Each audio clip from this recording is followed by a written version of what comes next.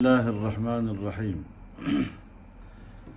آزادی مارچ میں اسلام آباد پاکستان کے کونے کونے سے جو لوگ پہنچے ہیں، میں ان سب کا شکریہ ادا کرتا ہوں۔ انہوں نے ہمارے سر فخر سے بلند کر دیے ہیں اور باطل کے خلاف ایک مؤثر آواز بلند کی ہے جو اللہ کے دربار میں انشاءاللہ قبول ہوگی۔ جو لوگ کسی بھی وجہ سے رہ گئے ہیں یا ان کو ٹرانسپورٹ نہیں ملی ہے، اب بھی وقت ہے۔ ہم اسلام آباد میں ہیں اور وہ عصر نو کوئی ذریعہ کر کے روانہ ہوں اور اس مارچ میں شریک ہوں۔